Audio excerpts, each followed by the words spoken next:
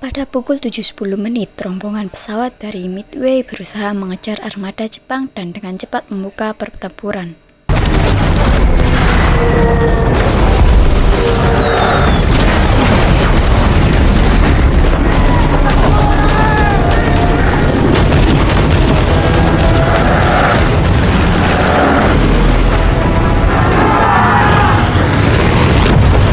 Menyadari sikap pesawat itu diberangkatkan bukan dari kapal induk, melainkan dari pangkalan Midway. Situasi lebih diperburuk ketika pesawat pengintai Jepang terlambat menyadari keberadaan kapal induk Amerika yang terus mendekat, membuat Nagomo terus bertanya, bagaimana mungkin armadanya bisa dijebak semudah itu oleh Amerika. Raut wajahnya seketika berubah, menandakan jika Nagomo benar-benar dilanda kepanikan. Ia malah merubah strategi dan kembali mempersenjatai pesawat cadangannya dengan bom darat guna menyerang Midway di gelombang selanjutnya. Pada saat bergantian senjata, posisi mereka akan sangat rentan terhadap serangan musuh.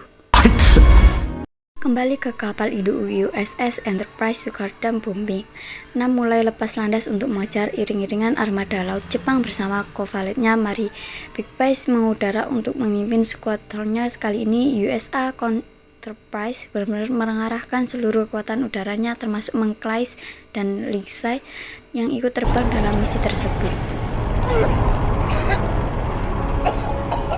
Sangat disayangkan saat Bigby berada di ketinggian hampir 14.000 kaki, ia baru menyadari jika oksigennya telah terkontaminasi dan mungkin bisa berakibat mengancam paru-parunya. Namun ia tetap bersikeras untuk melanjutkan misi itu dan tidak membiarkan skuadronnya terbang tanpa sang kapten. Tepat pada pukul 7.45, salah satu kapal selam Amerika USS Nautilus juga telah memasuki medan pertempuran, diam-diam mendekat membelakangi armada Jepang dengan misi untuk menghancurkan kapal induk Jepang diarahkan. Namun sayang Nagomo lebih dulu mengetahui posisi kapal selam tersebut, kemudian langsung menyebar ranjau sehingga tembakan torped itu meleset dari target sasaran.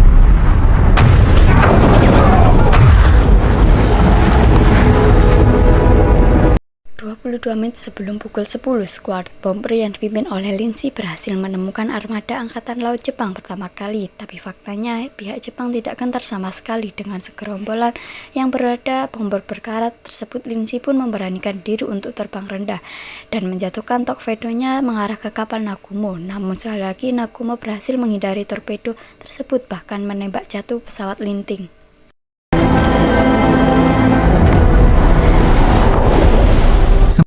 Sementara di horizon lain, Mangklaske tanpa sengaja melihat sebuah kapal destroyer Jepang yang terpancar karena mengejar USS Nautilus. Tanpa berpanjang ke Mangklaske segera membuntuti kapal tersebut karena ia menduga bahwa destroyer itu akan membawa ke lokasi di mana armada angkatan laut Jepang berada.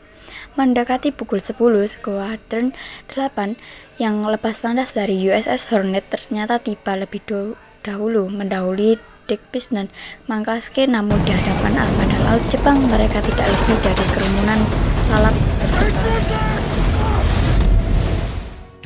Ingin terdesak bagaimanapun juga, armada Jepang harus segera membalas serangan Amerika. Yang Monguchi pun mengirim sinyal kepada Nagomo untuk segera meluncurkan armada penyerang secepat mungkin. Tapi itulah yang menjadi masalah utamanya sampai di base dan seluruh skuadron tiba di lokasi. Nagomo masih saja berkutat mengganti persenjataan pesawatnya hingga kemudian momen itu menjadi titik balik bagi Amerika. Nagomo sangat terkejut ketika melihat segerombolan bomber Amerika melakukan manuver sementara pesawat belum siap digunakan untuk bertempur, kecuali senjata anti-aircraft yang langsung menyebar pelurunya mengarah ke pesawat yang sedang menuju tajam.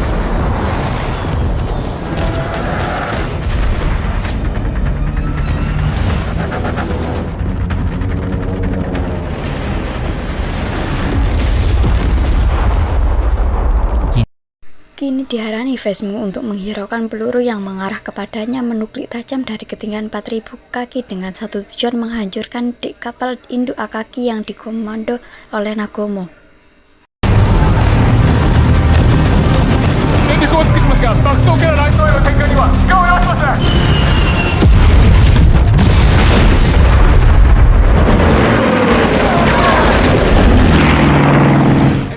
Aksi kekacauan itu disaksikan oleh Laksamana Yamaguchi dari kapal induk Kiryu.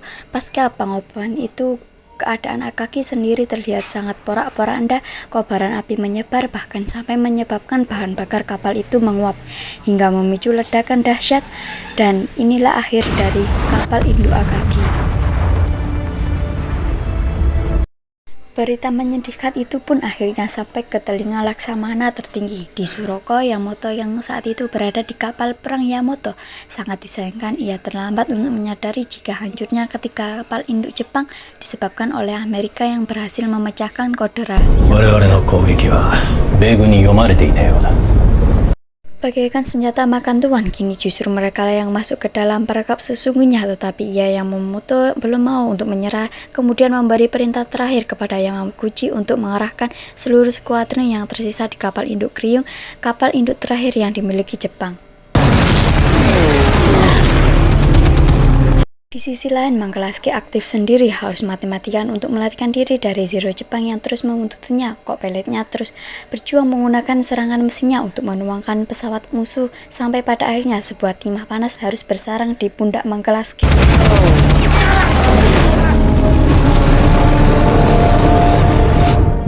Meskipun Mangklasky berhasil selamat, Laksamana Surprise tidak mengizinkan untuk mengudara karena cedera di pundaknya, sedangkan Deep Space bersama sisa pilot yang tersisa kembali lepas landas dari USS Enterprise untuk penyerangan tahap akhir. Tantangan itu pun segera dijawab oleh Yamaguchi.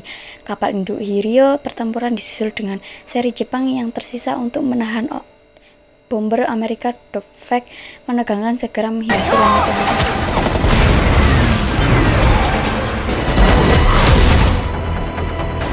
Dick sadari memiliki satu kesempatan. Ia pun melakukan diving tajam, bertaruh hidup dan mati demi menghajar kapal induk Kiryu, sampai akhirnya ia pun berhasil menjatuhkan bom tepat di atas dek kapal induk terakhir itu. This is for Pearl.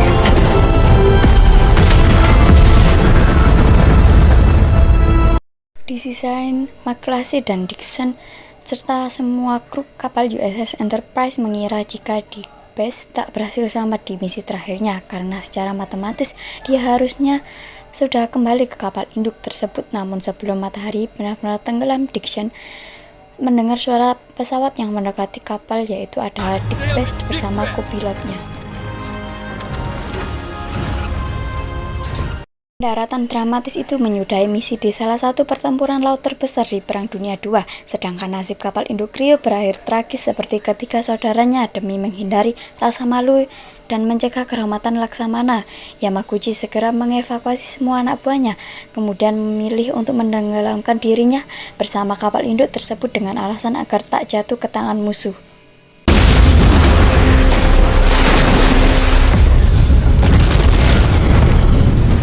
Yamamoto tak bisa berbuat lebih. Setelah tenggelamnya keempat kapal induknya, ia pun segera mengirim pesan kepada kekaisaran untuk menarik mundur semua armadanya. Pesan itu lalu ditangkap oleh pemecah sandi dan mengirim ke pusat komando Pearl Harbor, dan inilah akhir dari Jepang di Kepulauan Midway. Japanese are retreating. We won.